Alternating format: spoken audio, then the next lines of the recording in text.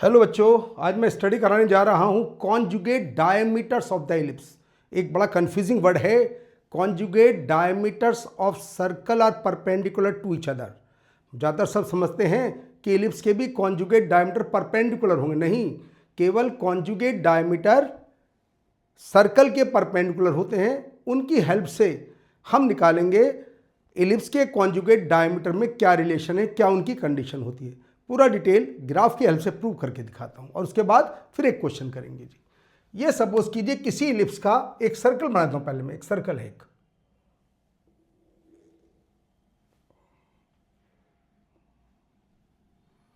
Auxiliary circle है, मतलब ये लीजिए एलिप्स। ऑक्सिलरी का मतलब है जो सर्किल का डायमीटर है उसकी मेजर एक्सिस की लेंथ के बराबर है। इसे कहते हैं ऑक्सिलरी सर्कल। ये लीजिए, ये कंडीशन थी हमारे एलिप्स की। एलिप्स है हमारे पास x² / a² plus y² / b² equal to 1। ये एलिप्स है। तो ऑक्सिलरी सर्कल हुआ सर्कल का इक्वेशन होगा x² + y² is equal to a²। क्यों? जो इसकी मेजर एक्सिस है वो सर्कल की डायमीटर है। मेजर एक्सिस यानी कि 2a, सर्कल का डायमीटर भी कितना 2a, तो a रेडियस आ गई इसकी। अब मैं लेता हूं अपनी मन की इच्छा से सर्कल के दो परपेंडिकुलर डायमीटर। ये लीजिए जी, एक मैंने लेता हूं परपेंडिकुलर लूंगा, एक 90 डिग्री पर, और ये लीजिए जी, ये आ गया 90 डिग्री पर।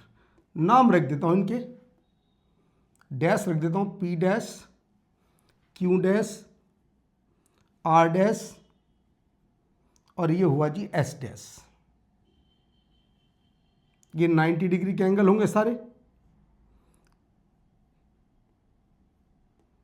क्योंकि ये सभी हैं कॉन्जुगेट डायमीटर ऑफ सर्कल। लिख देता हूं P', R' and Q', S' are conjugate diameters of circle. क्यों? क्योंकि दोनों आपस में conjugate diameter of circle are perpendicular to each other. अब इसी के बेस पर मुझे पता लगाना है एलिप्स के कॉन्जुगेट। पहले पैरामीट्रिक कोऑर्डिनेट की बात कर लेते हैं। सपोज करो ये एंगल फाई है, तो बताइए P' के coordinate a cos phi, a sin phi. Similarly 90 degree पर ही आ जाता है, 90 + फाई कर दीजिए तो आ जाता है -a sin phi,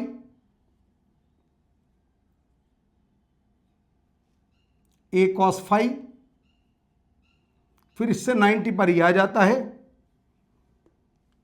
-a cos phi, -a sin phi, और इससे 90 पर यह आ जाता है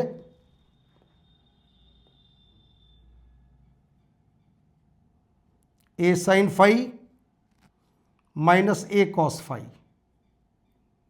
ये मेरे पास चारों के कोऑर्डिनेट आ जाते हैं। इसका और इसका मिड पॉइंट 0 0, इसका और इसका मिड पॉइंट 0 0। क्यों? ये है कॉन्जुगेट डायमीटर्स ऑफ सर्कल। मगर मुझे पता लगाना है एलिप्स के कॉन्जुगेट डायमीटर आते कैसे हैं और उनकी कंडीशन क्या है। तो आसान तरीका है, पहले हम निकालेंगे एलिप्स के पैरामीट्रिक कोऑर्डिनेट। इसके कॉरस्पॉन्डिंग परपेंडिकुलर डाल दीजिए, इससे इस पर डाल दीजिए परपेंडिकुलर, इससे इस पर डाल दीजिए परपेंडिकुलर, और इससे इस पर डाल दीजिए परपेंडिकुलर। ये एलिप्स को जरूर कट करेंगे परपेंडिकुलर। कैसे? इसका नाम P, इसका नाम आ गया S, इसका नाम Q रख दीजिए, और इसका नाम रख दीजिए R। अब मुझे इनके कॉरस्पॉन्डिंग कोऑर्डिनेट चाहिए। एलिप्स के कॉरस्पॉन्डिंग कोऑर्डिनेट निकालना बहुत आसान है। बस बाद वाले में ए को बी कर देना, एलिप्स का आएंगे A cos five B sine five, ध्यान होगा तुम्हें। ये दोनों में ए है, बस बाद वाले कोऑर्डिनेट में ए को बी लगा दीजिए, तो मेरे पास पी क्यू आर एस के कोऑर्डिनेट आ जाते हैं। कैसे आते हैं बताता हूं, बस उसके नीचे लिख दीजिए साथ साथ, कोई दिक्कत नहीं है। देखिए क्यू के कोऑर्डिनेट, पहले पी के कोऑर्डिनेट, पी के कोऑर्डिनेट होंगे जी, इसे हटा देते हैं, यहां लिख देते हैं।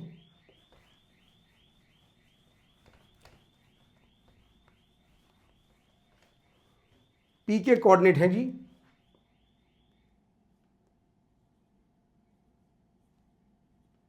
ए कॉस फाइव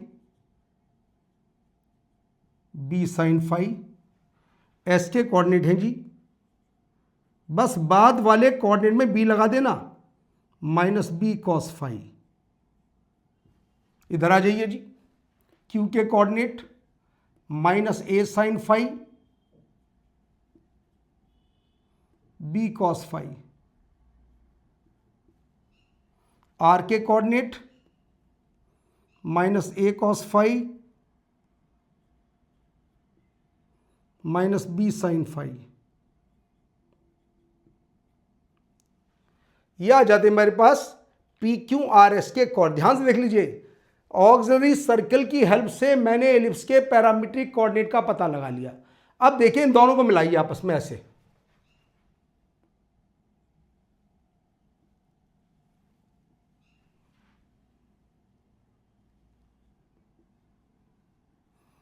पी आर और क्यू एस के बीच का एंगल का 90 है? बिल्कुल नहीं है जी। तो बोल देते हैं P R and Q S R the conjugate diameters of the ellipse. P S, P R and Q S R conjugate diameters of the ellipse. ध्यान से देख लीजिए, P S Q R the लिख देता हूं, P R and Q S R conjugate diameters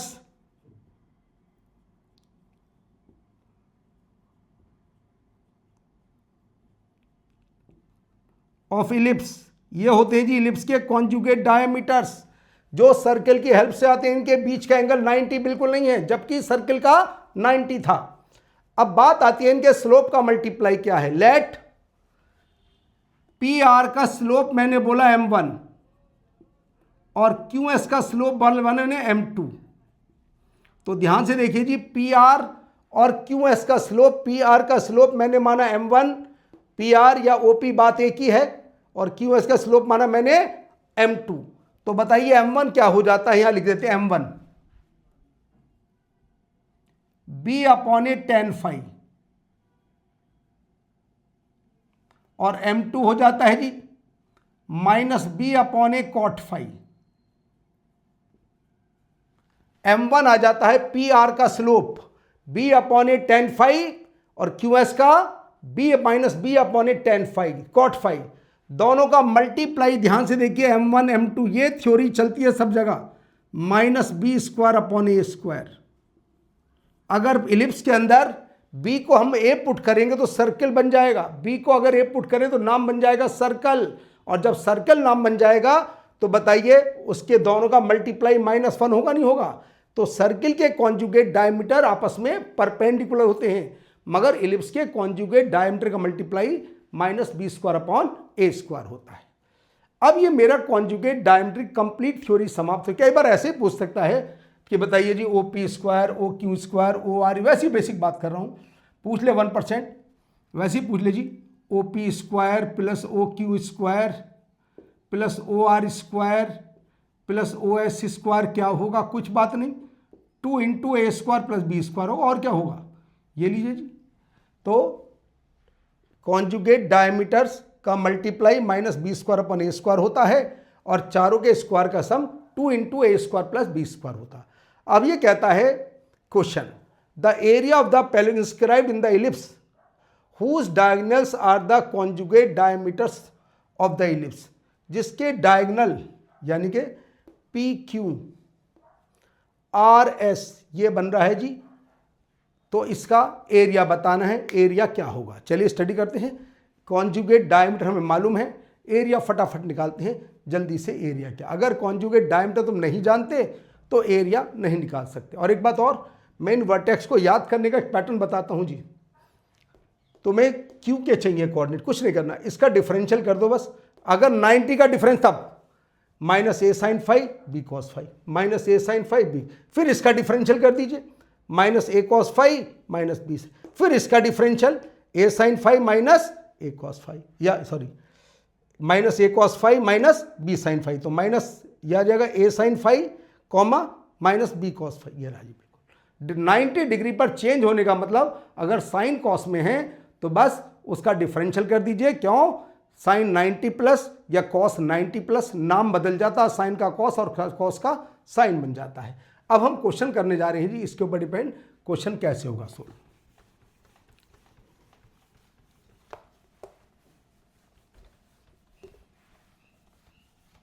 vertex तो हमने याद कर ही लिया अभी एक टेक्निक के द्वारा, उसी की बात करने जा रहे हैं जी। क्या बात कहना जा रहा है देखिए जी,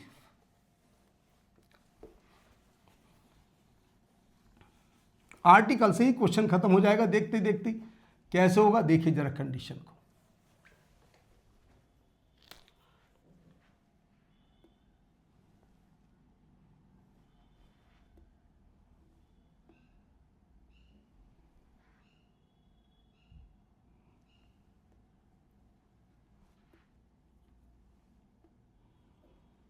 हाँ जी बताइए, कहता है diagonals are the conjugate diameters. एक डायगोनल तो ये था इसका, एक डायगोनल इसका ये था, और दोनों की मुलाकात यहां पर 0 0 पर हो रही थी। ध्यान होगा तुम बताओ जिसके कोऑर्डिनेट क्या याद कराए थे अभी,